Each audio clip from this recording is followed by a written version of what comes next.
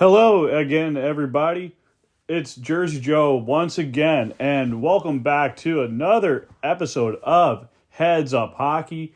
Yes, we just got through the first couple weeks of the NHL 2023-24 season, and so far, the Devils and other teams are just getting used to playing on a full season schedule once again. And it's definitely been interesting. There have been some interesting nuances and teams you didn't expect to come out of the gate right away. But we will dig into that a little bit. But I always remind people, just because other teams got off to a hot start and other teams got off to a cold start doesn't mean things can't fluctuate the other way. However, we will dig into that in today's episode. So, sit back, relax, and enjoy the show. And yes, it is a wonderful October the 25th in 2023. For those of you who don't know, I write for Pucks and Pitchforks as a contributor, and I'm also a USHL NCAA D1 hockey scout for Draft Prospects Hockey. And I will say this. This has been an interesting week for the NHL. The Devils go in tonight on TNT, and they're 3-1-1 right now as of October 25th.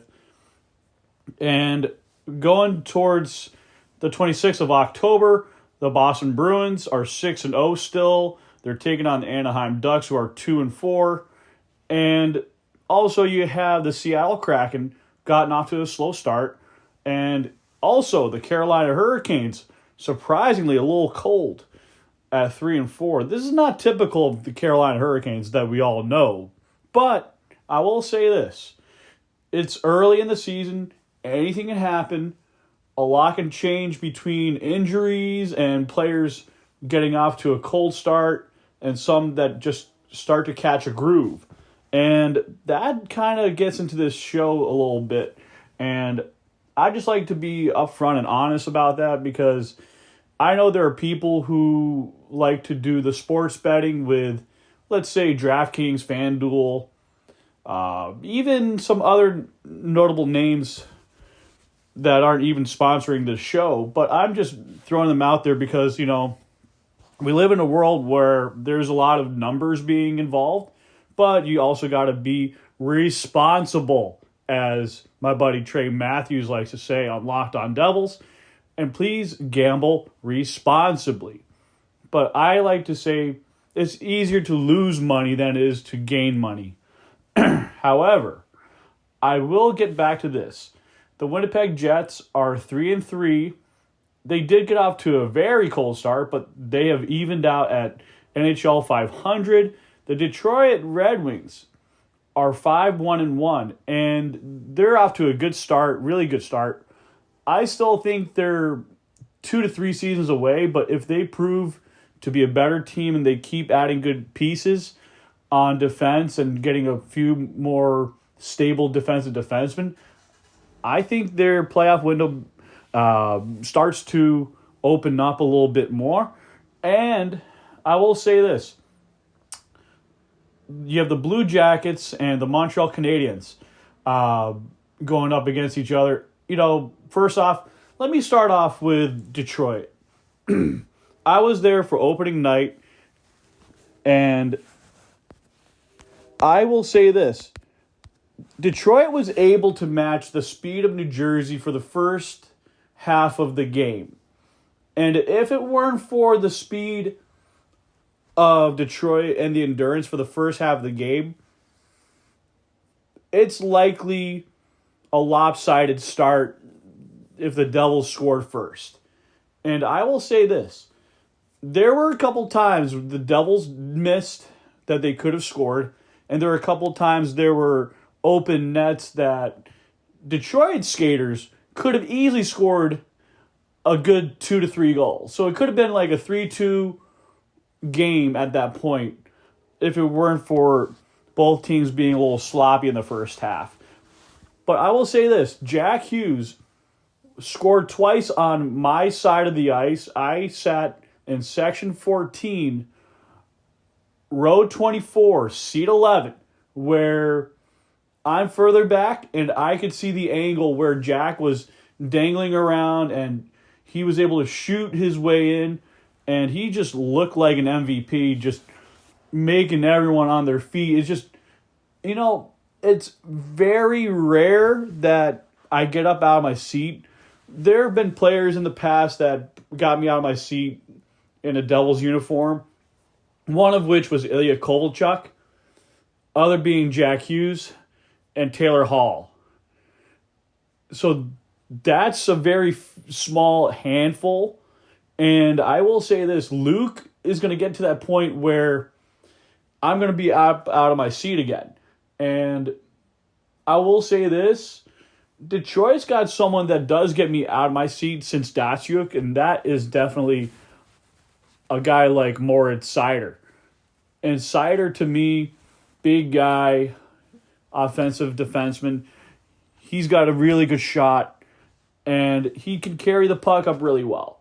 And I think Detroit is going to be a team that is going to keep doing well at the draft table. They're going to do well developing wise, and they're going to be built for a long time, for the next 10 to 15 years, once they start hitting their stride. And speaking of strides and original six, Montreal won last night's game. If it weren't for some of their defensive letdowns and the Columbus Blue Jackets, they're going up against the Columbus Blue Jackets, but Montreal kind of fell asleep a little bit defensively, with the Devils catching a few breaks here and there. And I really like the way that Caden Primo was able to play his game. And for those you don't know, I will tell you about Caden Primo in just a minute. So he's a 1999 birthday, still a fairly young guy. So he's 9 years younger than me. So he's about 25? Let me see. Okay. He's 24 right now, but August 11th he will be 25 next year. So I'll be 35 in February.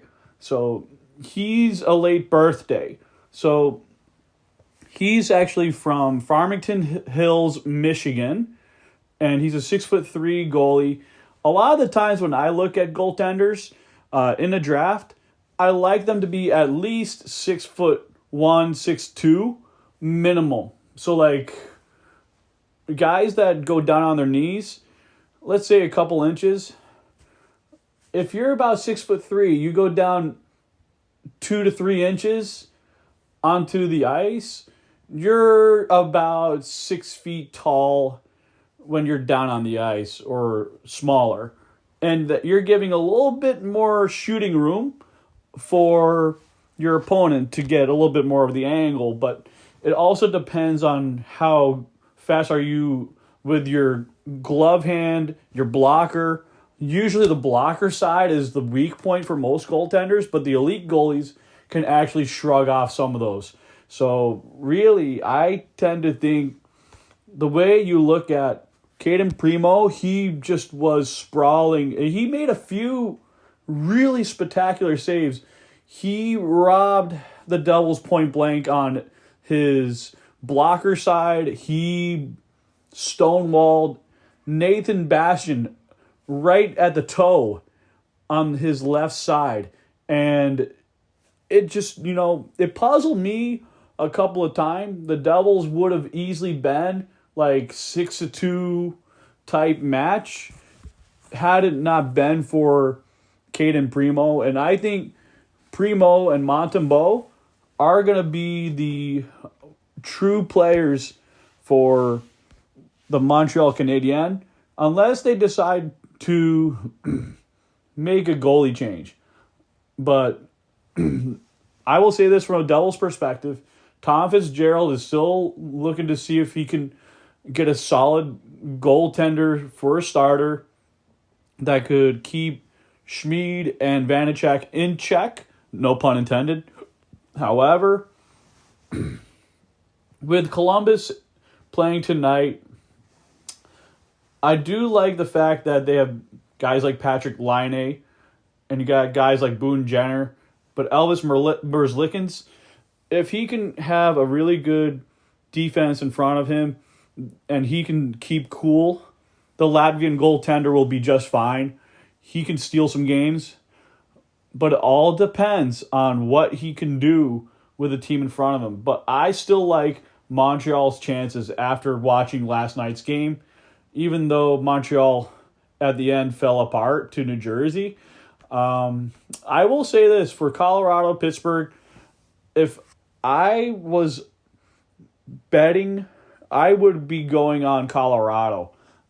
Pittsburgh, to me, later in the year is going to start falling apart because you got a lot of guys who aren't very fleet of foot on the defensive side, and they are mostly offensive defensemen who look to score first and try and gain an edge.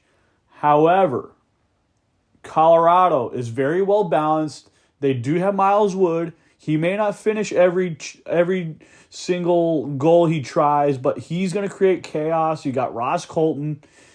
You got a lot of really good players in Nathan McKinnon and a couple other really top 6 players on that Colorado Avalanche team. I would circle every night you look at the Colorado Avalanche. The Penguins are, I've been saying this many, many times. I sound like a freaking broken record that the Pittsburgh Penguins are getting older every season. They don't have that good of a prospect pool, and it's near the very bottom for a good reason. They usually parlay those guys to help try and win them a playoff window, and they usually do not hit when they make their draft picks, and they struggle to find the right players. And this is likely going to be the last hurrah for the Penguins' glory day core. No pun intended, because, I like seeing Springsteen sometimes, But that's just me. I really do like the fact that the Tampa Bay Lightning still have a bit of their core still left.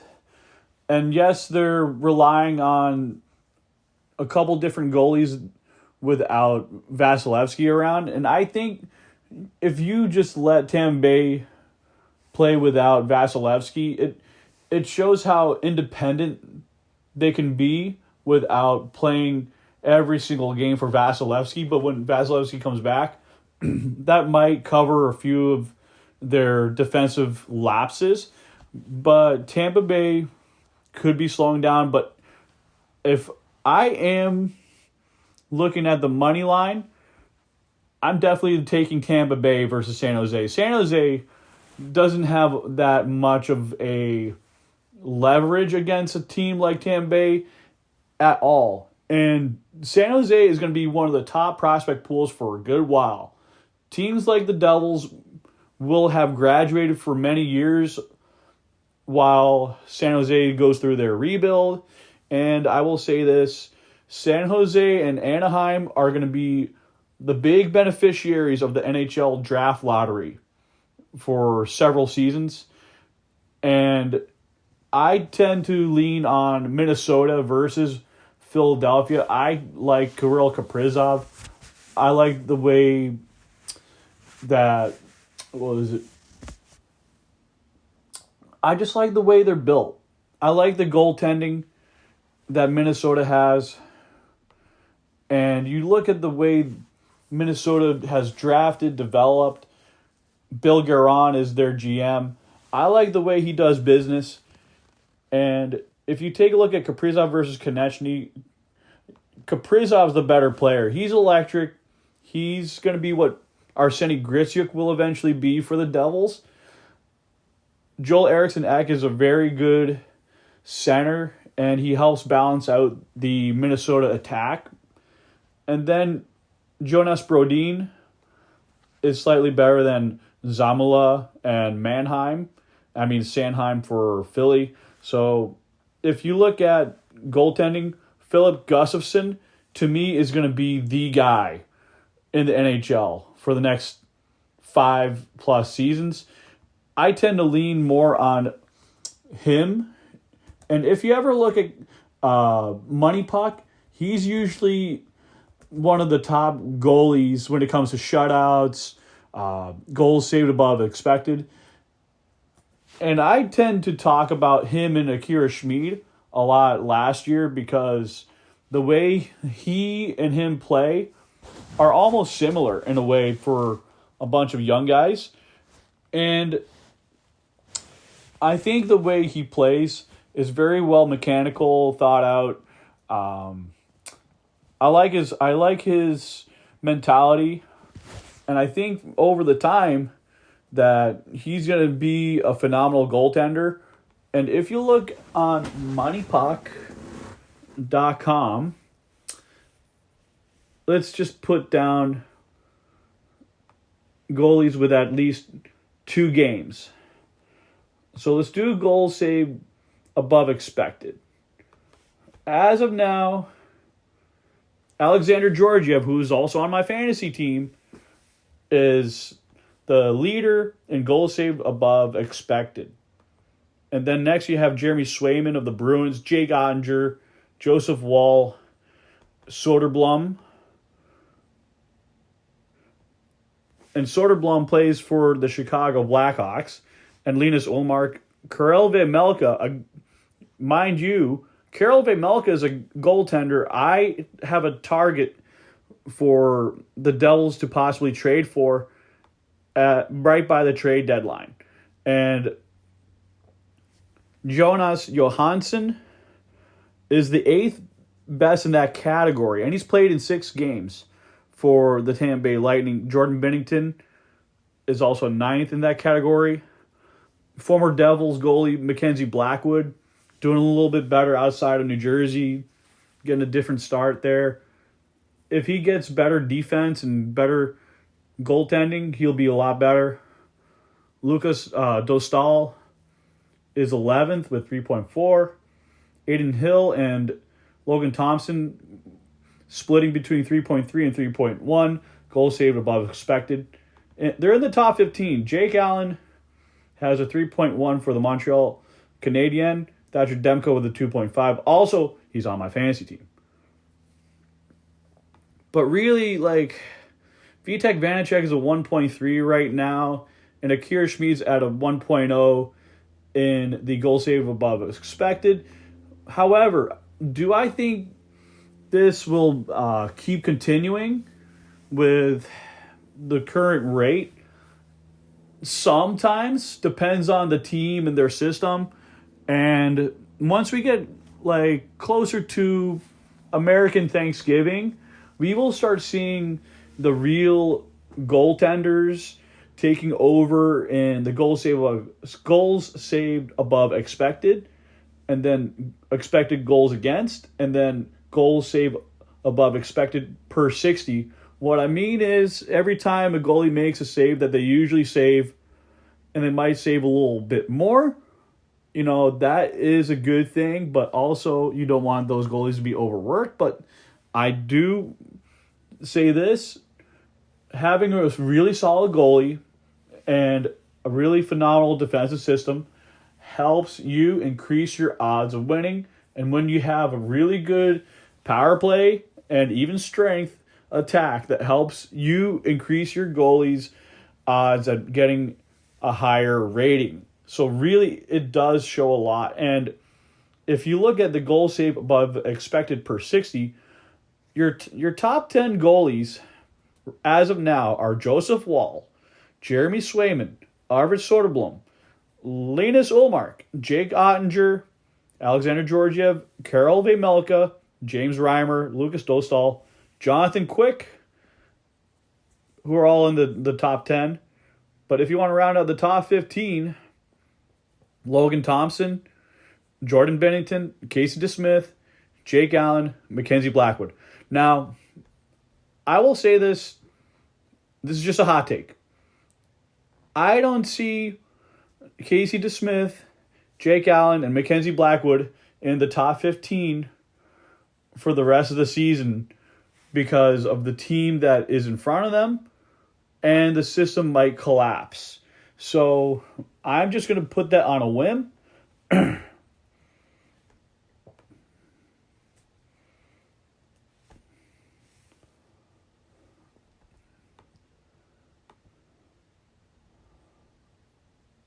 Now, if we look at players that do have the least goals against in a minimum of, let's say, 3 games, the least amount of goals are split by 2 Bruins goalies. Linus Ullmark and Jeremy Swayman between 3 and 4 goals. Joseph Woll of the Maple Leafs. Then you have Jake Ottinger, Logan Thompson, Casey DeSmith, Karel Vejmelka, Aiden Hill, Connor Ingram, Lucas Dostal. And right now, this could change at any given moment.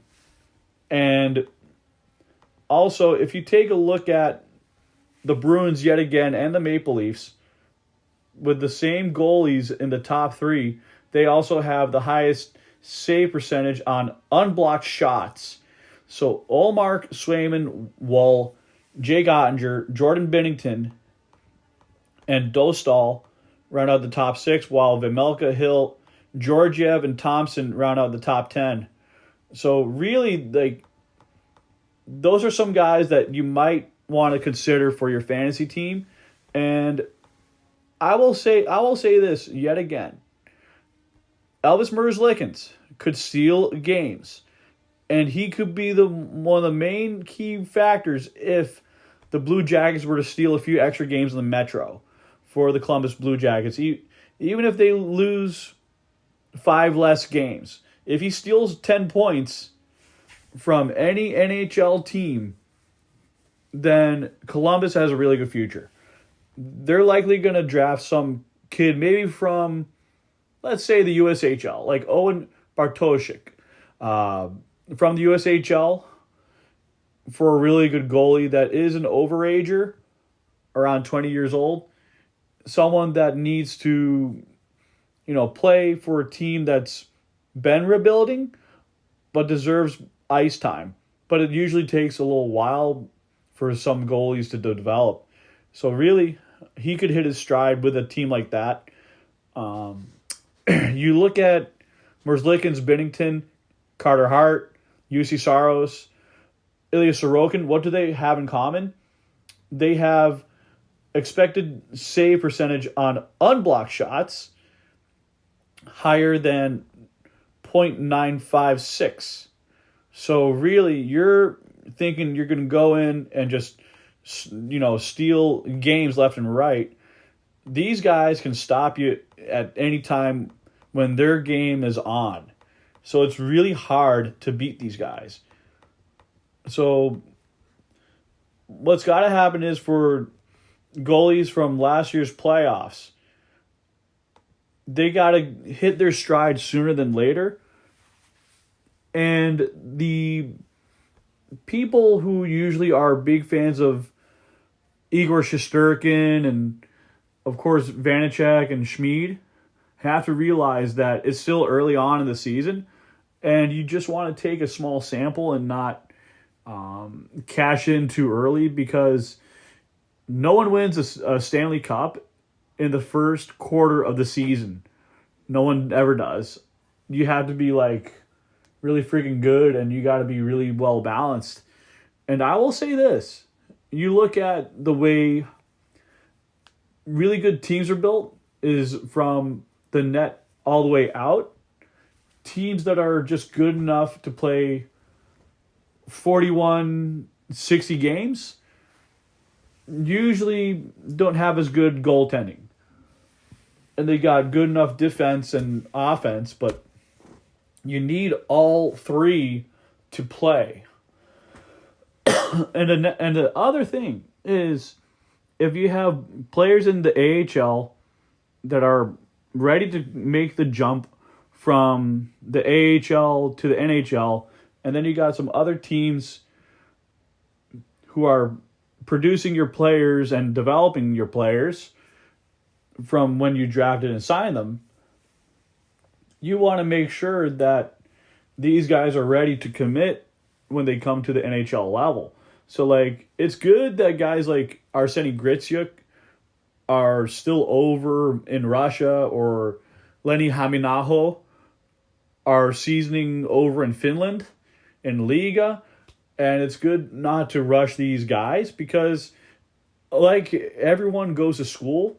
Everyone has a different style of learning and developing.